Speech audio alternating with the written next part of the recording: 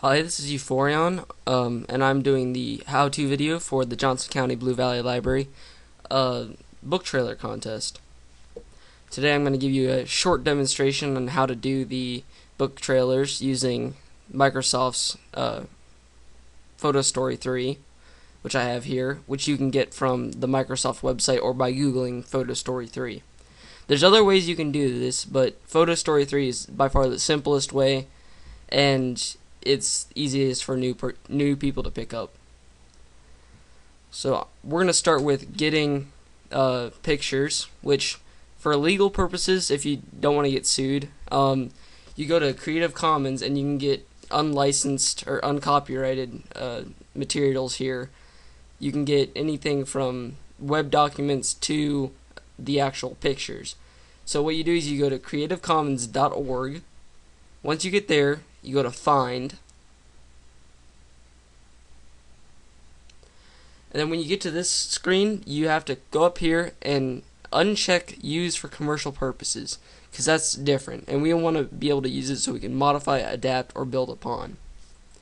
And then up here, and only up here, because otherwise it'll send you to something else, you type in what you're looking for.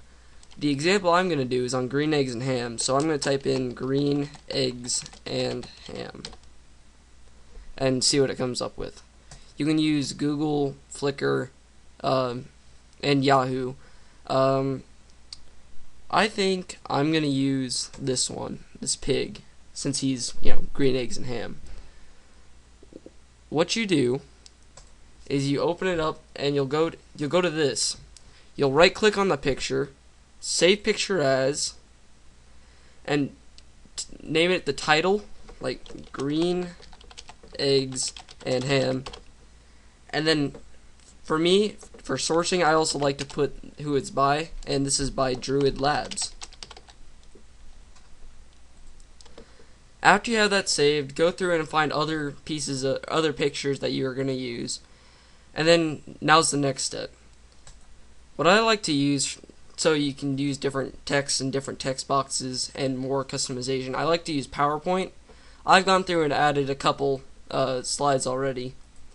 And for this book trailer contest, if you really feel the need to, you can put, like a regular movie would have, this book is suitable for all ages. Whereas, some movies are rated PG-13 or PG. You can do that for this. We like stuff that's PG, and, not possibly PG-13. Alright, so I have two slides. One of them is the title for the end, and I have the picture that we already have, and I have other pictures that I've selected.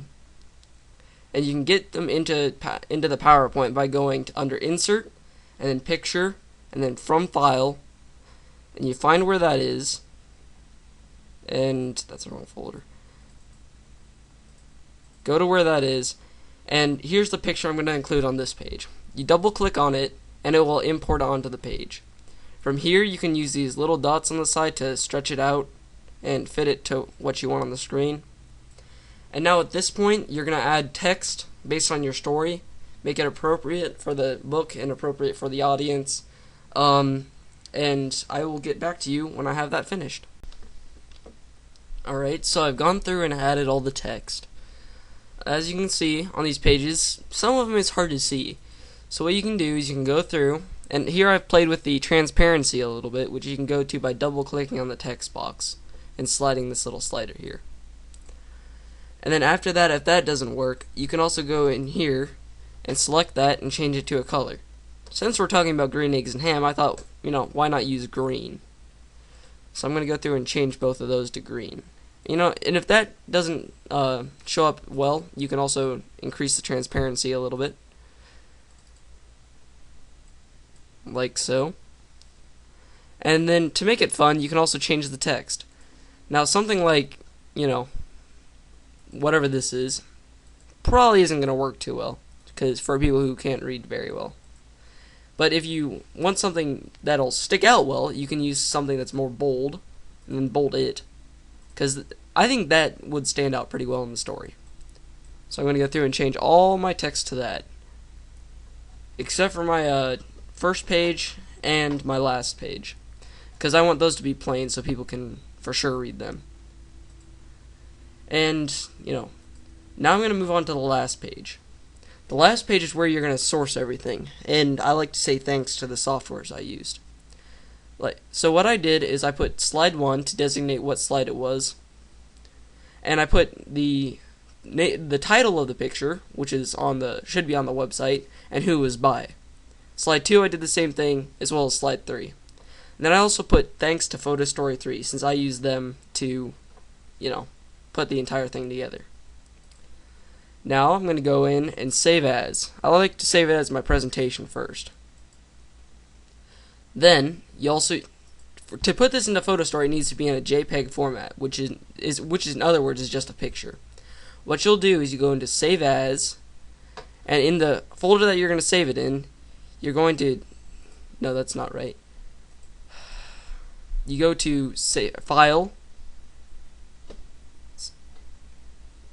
Save As, and you go down here, you scroll down, and you go to JPEG File Interchange Format. Select that, and then give this the title of whatever your story is going to be called.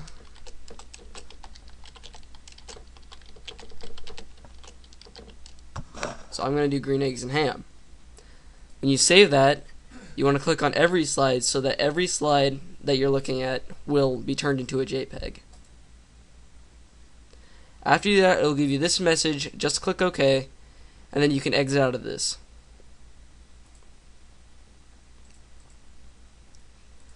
Next, after you've downloaded Photo Story 3, you'll want to go to this.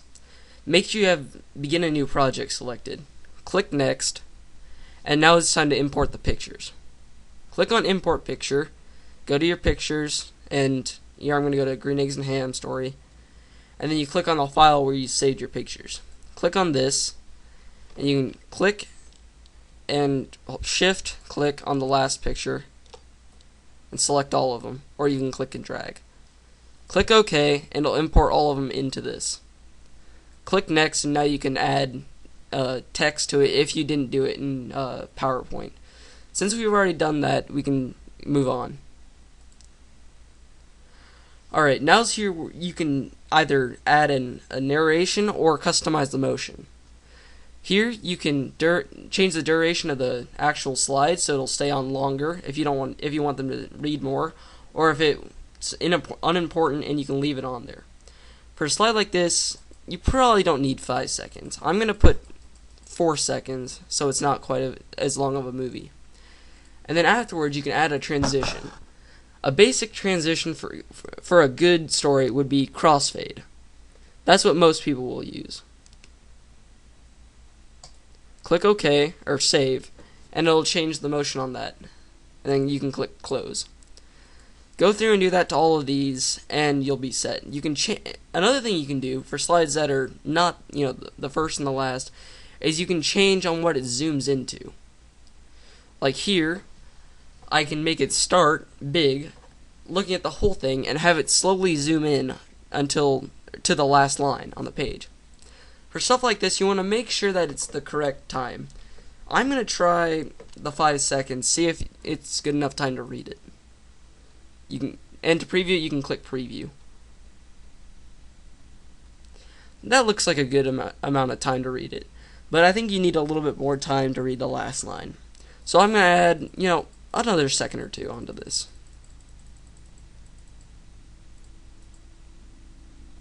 And then you click Save and Close on that, and then go through and do that to every one.